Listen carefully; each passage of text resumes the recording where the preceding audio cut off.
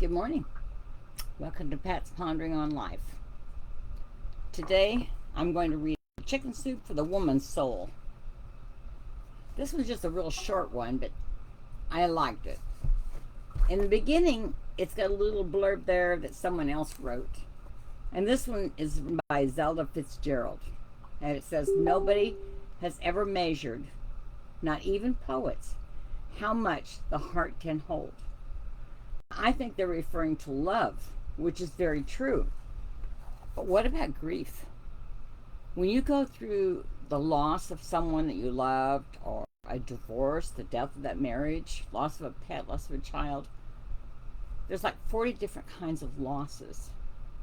And you wonder sometimes, how much grief can my heart hold? We always got room for more love, but sometimes the grief tests us. I help people that are going through that because we never know. This is our hourglass. This is our life. This is what's been. This is what's going to be. And right here in the middle, this little thin part, that's today. Live every day as if it were your last, because we never know when this part's going to run out.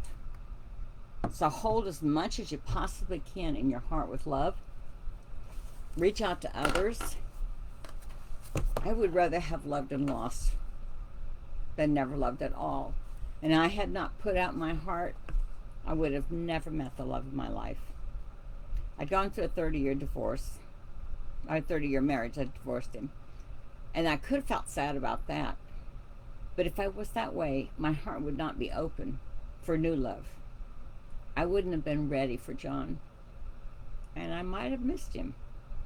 So even though you might have heaviness in your heart, keep it open for love, for the people that are in your life. I have met some of the most wonderful people in my life. I told my mother one time that if I die, don't feel too bad, because yes, like everyone else, I've had some rough spots in my life. I would never want to go back through them again. But the lesson that I learned from going through them was invaluable. So I said, just dwell on the happy things that I got to do, the places I got to go, the people I got to meet. I lived my dream, and I'm still living it. I will be living my dream until the day I die. So I hope you figure out what your dream is. I hope you meet the love of your life. And this story talks about the love of their life, which is a beautiful way that they wrote it. It's called A Love Like That. I was 23, and all the way to the hospital, I had been composing what I would say to Mama before they took her in to cut into her heart, whose center I supposed myself to be. Hadn't she told me all my life that I was the most important thing in the world to her? Well, threading my way through the hospital corridors, I practiced my opening line, which had to strike just the right note. Who but I could give her the strength and the confidence that she would need?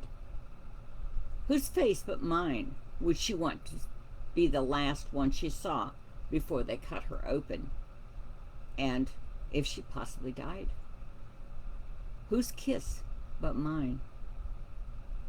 I turned a corner, and there was my mother, lying on a stretcher in the hall, waiting for them to come for her. My father was standing over her. Something about the two of them made me stop, and then, as I watched, made me keep my distance, as if there were a wall between us and around them. It was clear to me at that moment, for them, nothing existed outside of them. Nothing. There was only the man and the woman. She didn't see me, nor from the looks of it care much whether she did. They weren't talking. He was holding her hand, and she was smiling into his eyes. And they were, I swear, speaking a language that a 23-year-old hadn't begun to understand, much less speak myself. But I could see them do it. Literally see them. And I moved closer to see more, stunned, fascinated, very jealous that I hadn't fallen in love with someone, that I had fallen in love with someone, married him, divorced him, and never once came close to what I was looking at in that hall. Next time, I said, I will know better. I will love like that. That was written by Linda Ellerby. That was really neat, though. I know when my husband was dying, and my sister-in-law, who was also a nurse, and the hospice nurse was there. They were doing my husband's vitals. We brought him home from the hospital a couple of days before that. Excuse me. And my sister-in-law had touched his feet, and she looked at me, and I was standing at the foot of bed, and she said, it won't be long. I mean, the shock just goes through you when you hear something like that. And I ran over and I grabbed his hand. I held his hand. And everyone left the room. And that is a magic moment when you can spend that time, just you and your spouse, when they're taking their last breath. But everyone left the room. And I crawled up in the bed with him, and I just held him. I kissed him one last time. And then he was gone. And he took his last breath, knowing I loved him. Don't be afraid to love. I know that we go through life and we feel hurts, but don't let that stop you. It crushed me terribly to lose him.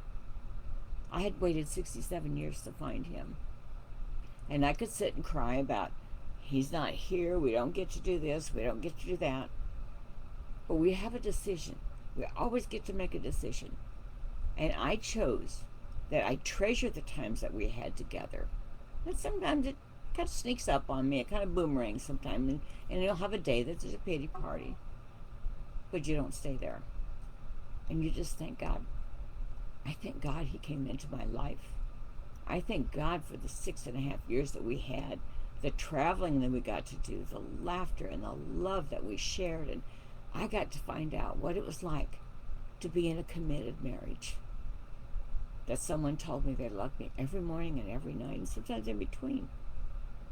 I heard that one time in the 30 years in the previous marriage. I was starving for it. And he just filled all the empty places in my heart.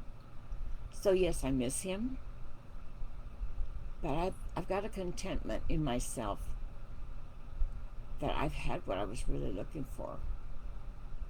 And I treasure that in my heart. I hope you find a love like this couple did. If you're already in it, bless it. Never take it for granted. We don't know when our time's going to end, do we? No. So live today to your very, very best. I wish you well. I'll see you next week. Bye for now.